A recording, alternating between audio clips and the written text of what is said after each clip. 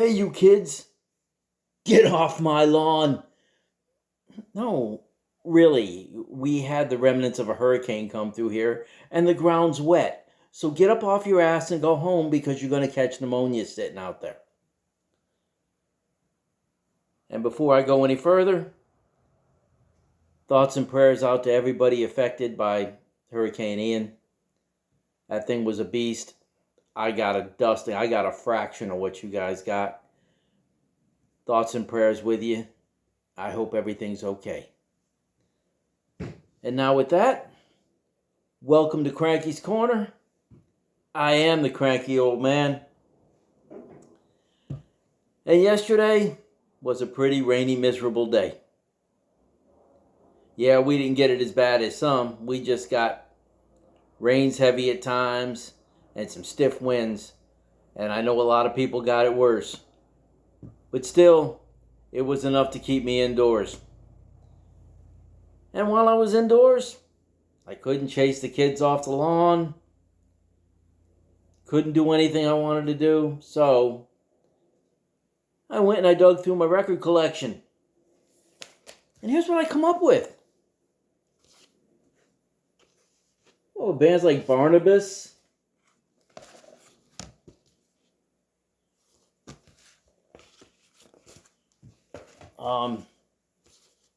In 3D.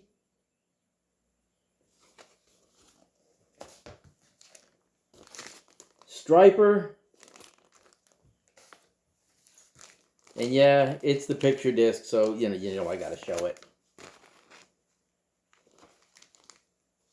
To hell with the devil. Petra. Some of these album covers are worse for wear. Look at this one. Let me tell you what happened. Back in my younger days, I was playing music, traveling around, doing whatever. And I left my records with a family member to take care of them. They took care of them by putting them under the house. Rule of life, never trust anyone else with your shit, because nobody's going to take care of your shit like you will.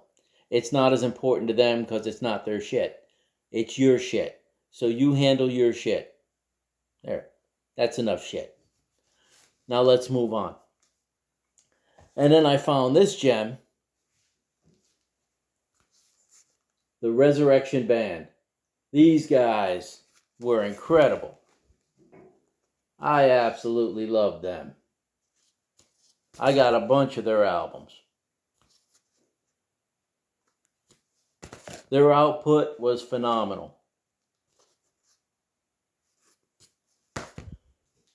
But it led me to a question.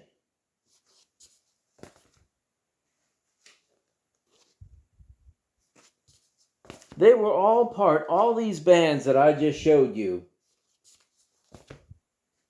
were part of a specific genre. Now I'm going to give you a couple of seconds. You probably got the hint with Striper. But they were all in a genre of Christian rock. That's right. This badass band was Christian rock. Barnabas, Christian rock. Matter of fact, Barnabas, I'm sorry, I gotta reach for it. Barnabas was kind of punk and rock combined. And they were good. They weren't quite punk. They kind of had a punk sound, but they also had a rock sound. And the guitar player on this ripped. Oh my God. Petra was kind of they would have been your more radio friendly rock. Matter of fact, I saw them on this tour. They were incredible. The musicianship was just not to be denied. Striper, can't say enough about Striper. I mean, everybody knows about Striper. And that's kind of what made me ask the question.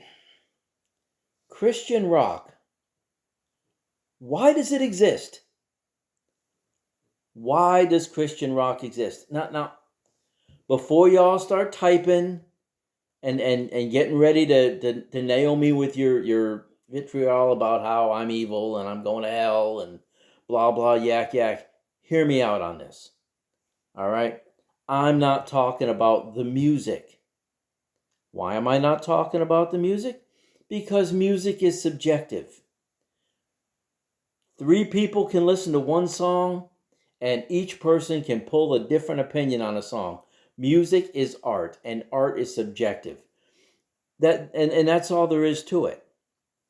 So that said, why was there a special genre for Christian music? Specifically, Christian rock. If this band, which I heard by accident, you know how I heard this band?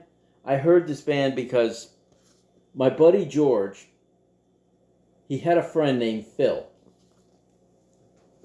And Phil was really into Christ, and Phil did Bible studies, and George and his buddy Mike used to go to those. And George left that album at my house one day. I put it on. I was totally blown away. I mean, I was like, holy shit, these guys are good. These guys are incredible. Which leads me to believe, how come they weren't bigger? You know, I feel like if there wasn't a genre of Christian music, they could have just put this in the rock bin. Okay? They could have put it right alongside this in the rock bin. They could have put this in with the, you know, pop rock, the radio-friendly rock. Instead of having their own personal, their own separate genre. I mean, who were they helping? Okay? These guys, they were Christian rockers. All right? They were there to bring people to Jesus, give entertainment to other Christians, right? And basically put the word out. But the only people that were going to them were the people that shopped in the Christian music bin. Well, if they were in the regular record bin, somebody would have discovered them. They would have got traction. I mean, look at some of these covers.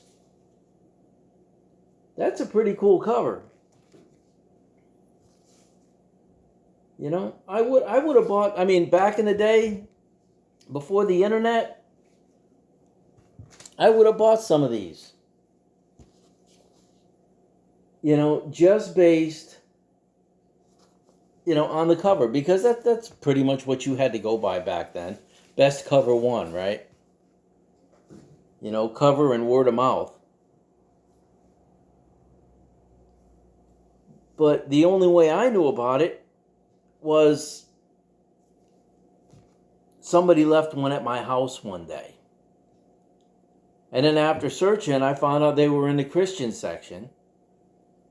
And then I found them, and even then, in the town where I was growing up, they didn't have a Christian music section in the record store.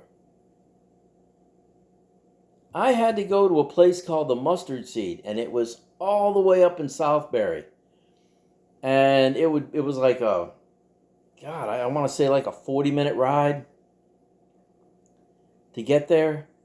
And it was just this little store. this little Christian bookstore, and they had a record section, and they would order some, and you felt like you were like part of some weird secret society because you were getting something like nobody knew about. I mean, it was weird. It's like I felt like I needed a secret decoder ring or something. And then when I moved down south, they had these records out and available. But again, the Christian music bin. You know, it was a special section, or the Christian special section all out by itself. I know what you're thinking. You're like, well, Cranky, their job was to bring, they weren't secular, they were Christian, and their job was to bring music to the Lord. Secular bands can write Christian music. Again, music is subjective. You can pull whatever you want out. You don't believe me? Here, look at this album. Sabbath, Master of Reality.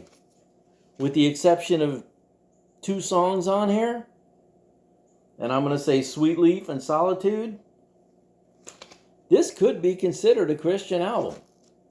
You got songs like Children of the Grave, After Forever, Lord of This World, Into the Void. Come on. I'm not going to sit there and go into what the lyrics say. You can go Google it and look it up yourself. Hell, half of you, if you're watching this channel, probably already know the songs anyway. So go ahead and argue with me that those weren't Christian songs. Stoner doom metal in a Christian vein. That's exactly what it was.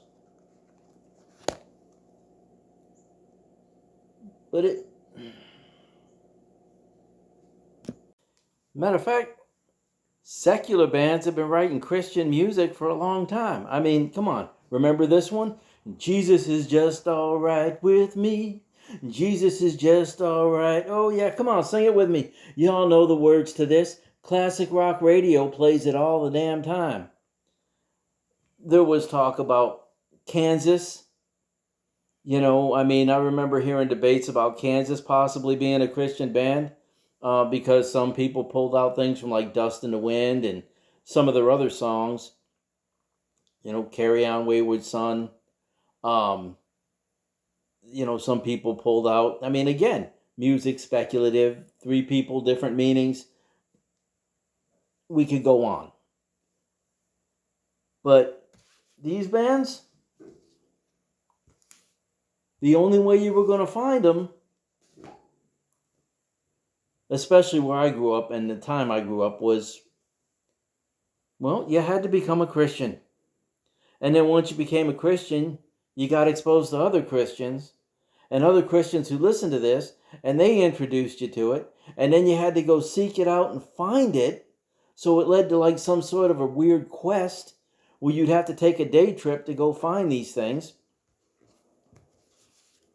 And they were hard. They were hard to come by till I got to the Bible Belt, and then things got a little bit easier. But again,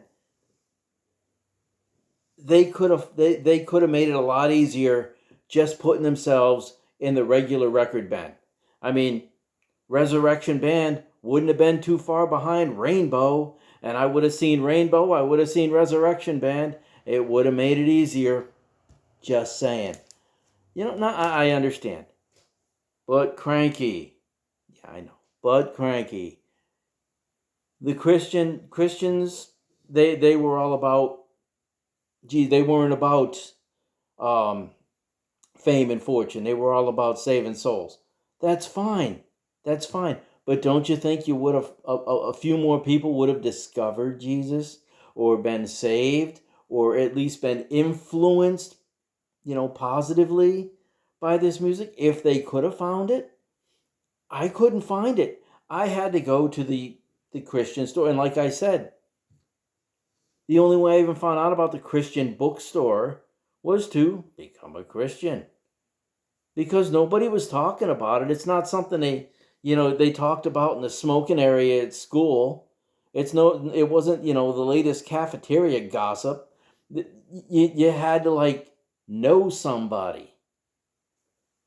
And then you found this stuff. And I know what you're saying, but Cranky, Christian bands, they did things differently. No, they didn't. They played music.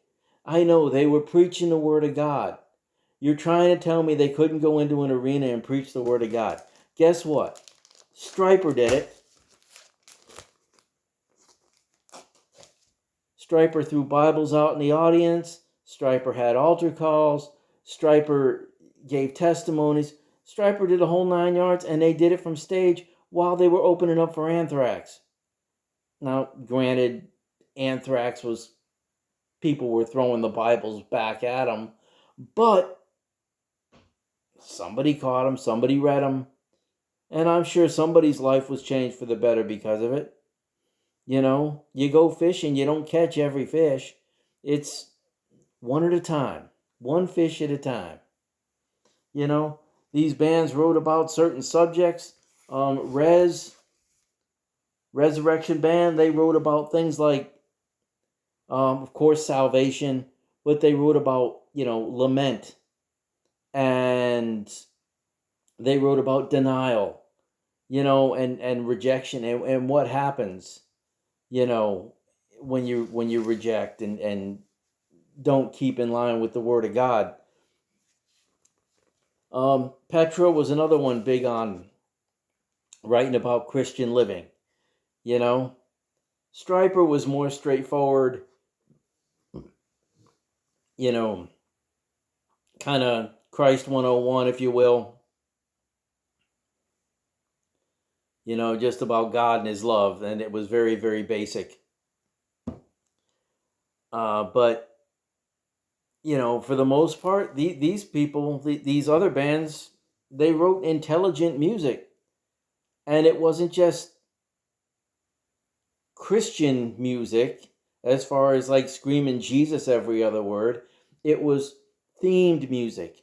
It was life's problems faced from a Christian's point of view, or things going on of the day from a Christian's point of view in these songs. And so that's why I have to question the whole genre of Christian music. Not Christian music itself. Don't misunderstand. I'm just going to reiterate that. But just the genre of Christian music. Why did they have it? Why wasn't it just in a regular bin? Just one of life's mysteries that I wanted to share with you. Again, this is the Cranky Old Man. This is the Cranky's Corner. If you like what the hell's going on in here, like, click, subscribe, make me feel good, and maybe I can come back and do or say something that'll make you feel good. Until then, get the hell off my lawn and stay cranky.